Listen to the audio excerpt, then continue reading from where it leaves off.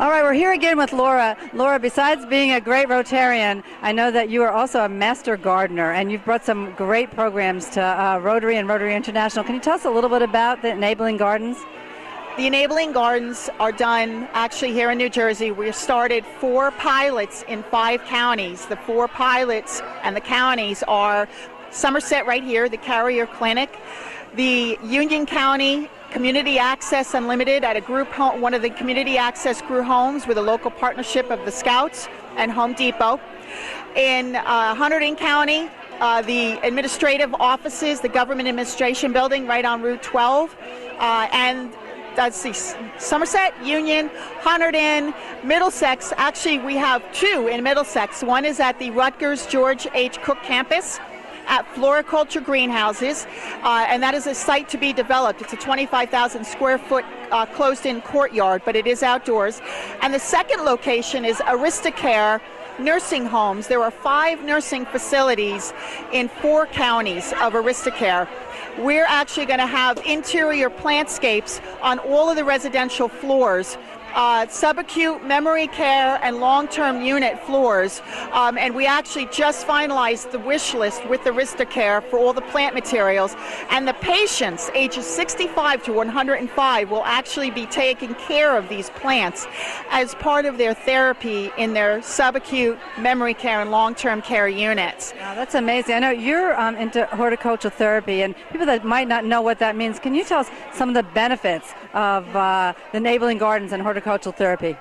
2 things. Enabling Gardens are accessible, barrier-free gardening sites, small, medium, and large, indoors or outdoors, which may or may not have horticultural therapy or horticultural therapist on site. Horticultural therapy is another step beyond the accessible, barrier-free garden space itself. Horticultural therapy is the active programming, the customized programming that comes and takes place in these locations with or without a horticultural therapy practitioner. It's customized activities, so you can't just say we're doing horticultural therapy, because master gardeners, for example, of which I am one, we do not do horticultural therapy as part of our extension outreach in the communities through Rutgers University. However, as a horticultural therapy practitioner from Rutgers University, I can customize programs and activities for all special needs audiences, from children all the way to patients in hospice. And what do you see are some of the benefits that patients get out of this type of program? Well, first and most obvious, which most people would think of, is product. Product of produce, product of a beautiful mammoth sunflower, product of an edible, delicious tomato, for example. That's a concrete benefit. But there are so many benefits that are not concrete. Things like connections, memories, people who have lost memory or losing memory, or have lost senses or losing their sensory, sight, taste, touch, smell, sound. Sensory gardens, enabling gardens.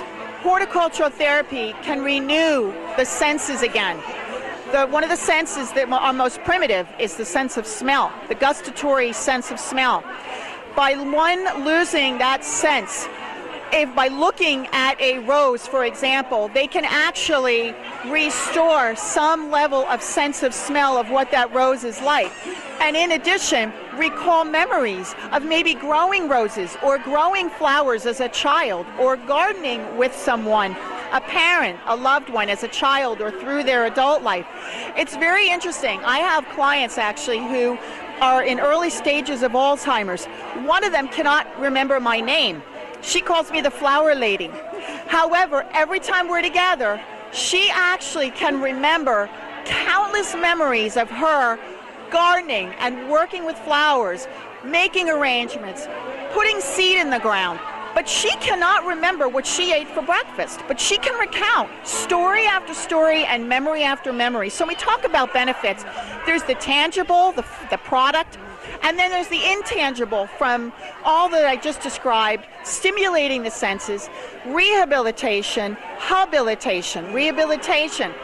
used in hospitals now, horticultural therapy in many states. New Jersey doesn't have that yet, but I'm actually lobbying down in Trenton now. I have an official invitation to do that, to really start to put horticultural therapy and enabling gardens on the map right here in New Jersey.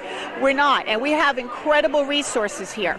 So what we hope to gain through this initiative of Rotary and Rutgers University, Growing Lives One Seed at a Time, is to literally bring out and draw connections of people using plants, using the garden space, so that they can feel whole and, I'll say, normal again, even if that sense of normalcy is but for a fleeting moment or a couple of hours. It must also give them a tremendous sense of accomplishment to see the products developing and be able to be successful in the gardening. And not only that, there's no discrimination. Plants don't discriminate. Plants don't judge. Only people do. And there's so many barrier-free and accessible, adjustable, and interchangeable, lightweight, colorful tools that are used so that people who have arthritis, who have had spinal cord injuries, hip replacements, knee replacements, back issues, can use these tools and get abilities again, and they can focus on ability and connections rather than their limitations and no connections. That's wonderful, and then great opportunity to come down to Rotary again and find out a little bit more about enabling gardens. Thank you very much, Laura. Thank you, Kathy. Wonderful to be here. Thank you.